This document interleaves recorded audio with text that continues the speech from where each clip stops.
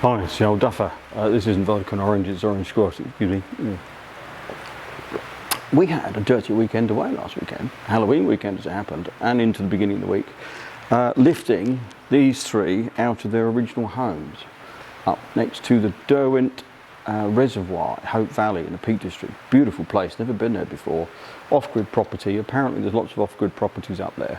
And these are prime power units, start on demand. There's no mains, they're not mains failure units. This is it, or a candle.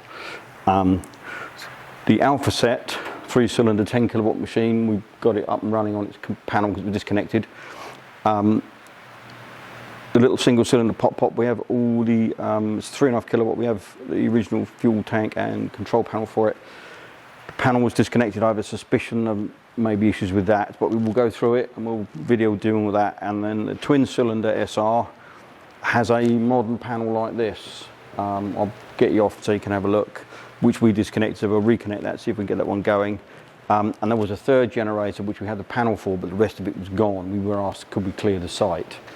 We would have videoed it. We've got some stills to put at the end of the video. It's private property, beautiful place. And we had an extra pair of hands from up there who sort of jumped in and volunteered, which we're very grateful for. And again, they didn't want to be on video, so we didn't video it. We just did a few stills of where we were and what we were doing.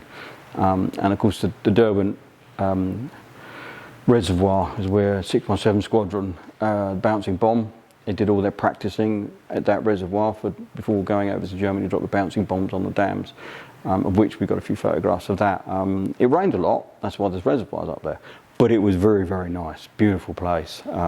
Like to go back when we're not having to work, but I'll get you off of here and just show you where we're at and what we've got. Right, this is an SR1, start on demand, start-o-matic set.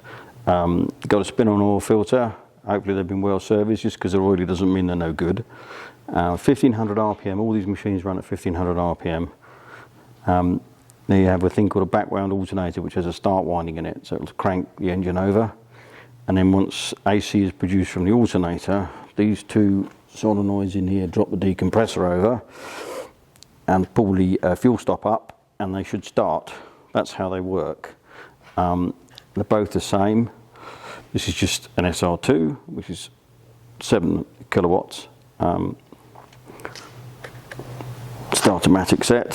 I say the rubber mounts have gone there, we need to replace those, but we'll get it back on its panel. That is a much later panel, and it's done 2,400 hours on that panel.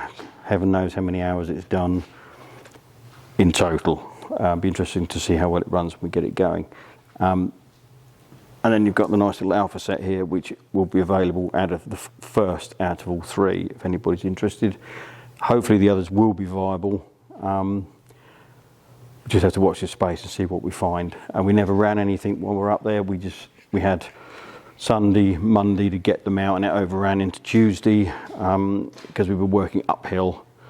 And if we hadn't had an extra pair of hands, we were winching, using trees to winch things up on rollers. You know, like building the pyramids, which is how we used to move them. The ground was so soft, it was wet, but it was still a beautiful place, even in the bad weather. Right, I was just going to explain briefly what the difference is between start on demand, start-o-matic, and automatic mains failure. These units are used where there is no power, no grid, no nothing. And back in the day, when this little old pop single cylinder was in use, people didn't have fridge freezers and TVs and all that kind of stuff. Might have had a radio and a few lights. That was probably about your lot. So if you turn the lights on, this thing would start up and then power your lights and whatever else was plugged in. And the moment you switch your lights off or unplugged what you were using, it would shut down. And they're all set up to be that way. They could be made mains failure. And mains failure is that you've got mains on your property or in your factory, whatever, the power goes out. Winter's here in the UK. These will then start up, wait a few seconds to check that it's not a blip and it's gone, and then they'll take the load. And then when your power comes back, they'll sit running and check again to make sure it's just not a blip and the power is back, and you can set in the parameters how long they wait. And then they'll flick back over to the grid. You won't even notice, might get a flicker on the lights, that's about your lot. And then they go through a shutdown sequence, and then they'll stand by ready for the next outage. That's the difference between start on demand, start-o-matic, and automatic mains failure. So just a quick video to show what we've been up to, and we'll get stuck into sorting them out, and we'll video that. Now obviously we're back at base. It would have been nice to video pulling them out. It was quite an escapade.